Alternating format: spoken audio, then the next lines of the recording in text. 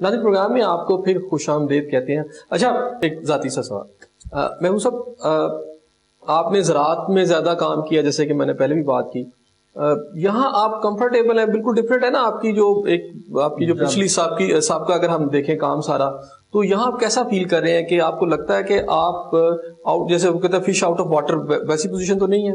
نہیں, وہاں پہ لوڈ آف ورک بہت زیادہ تھا. ایگریکلچر بہت بڑا ڈپارٹمنٹ ہے اور اس کے جو اٹیچ ڈپارٹمنٹس نے سب کا آرڈر اور ان کے ڈے ٹو ڈے جو مسائل ہوتے تھے ان کے ساتھ میٹنگ, سیکریٹریٹ میں میٹنگ, اور ایک دفعہ آڈٹ کی میٹنگ میں بعد کا سوس آڈٹ کر رہا ہوتا ڈسکشن ڈیلیبریشن.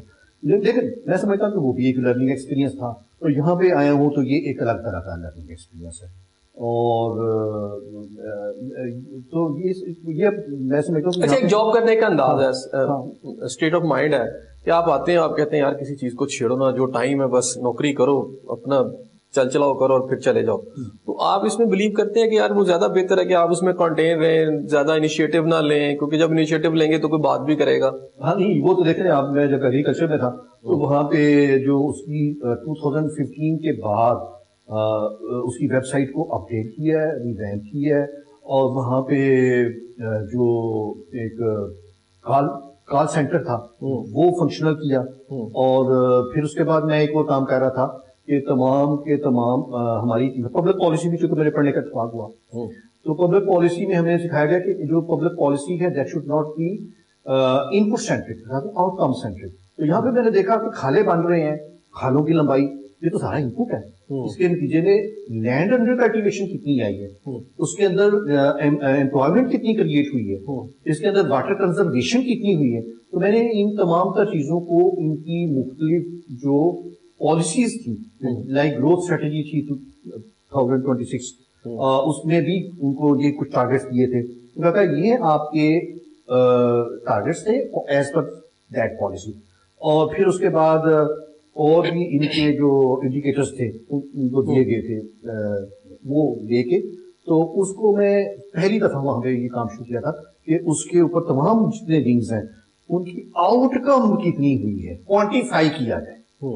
تو اس طرح کی میں نے انیشیٹو لینے کی کوشش کی, یہاں پہ بھی یہ انیشیٹو لے گا. اچھا یہاں کا جو پروجیکٹ ہے نا ایسے لگتا ہے کہ ایک مقام پہ آگے اسٹیٹک ہو جائے گا, تو آپ کو لگتا ہے کہ یہ اسٹیٹک ہو جائے گا یا پھر آپ کو ایسی چیز یہاں کر جائیں گے کہ یہ اسٹیٹک نہ رہے اور کہیں آگے بڑھتا رہے؟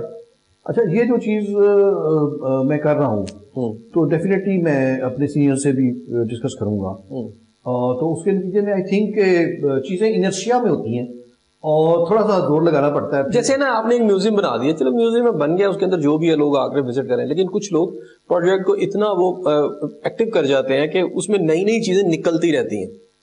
ہاں وہ یہ ہے نا کہ ایک تو جو جب آپ ایک جیسے میوزیم بناتے ہیں تو میوزیم ہمیشہ ایک جیسے نہیں رہتے.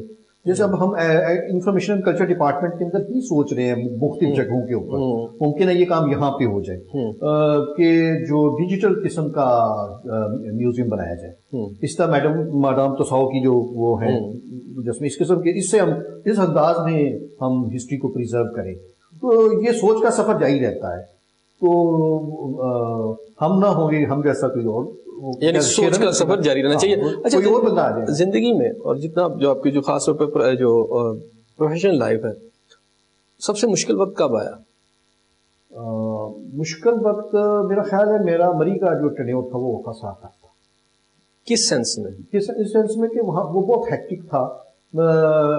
ایک تو وہ ٹورسٹ اسپاٹ تھا اور بہت زیادہ وزٹرز آ رہے ہوتے تھے جن کے مختلف والے سے میں فارم بھی آ رہے ہوتے تھے, ان کو بھی اکوموڈیٹ کرنا. ڈیولپمنٹ کا وہاں پہ کام بڑے فاسٹ پیس پہ چل رہا ہوتا تھا, اور اس کا جو ریویو تھا وہ اسٹیئرنگ کمیٹی کے ذریعے بڑا ریگولرلی لیا جا رہا ہوتا تھا.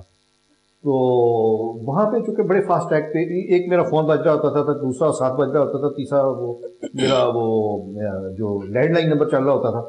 تو ان تمام تر چیزوں کو لے کے چلنا میرے خیال میں اس وقت میں دکھا سکتا. جاب کا کون سا حصہ سب سے زیادہ انجوائے کیا؟ جاب کا میں سمجھتا ہوں کہ میں نے انیشیل ڈیز کو انجوائے کیا.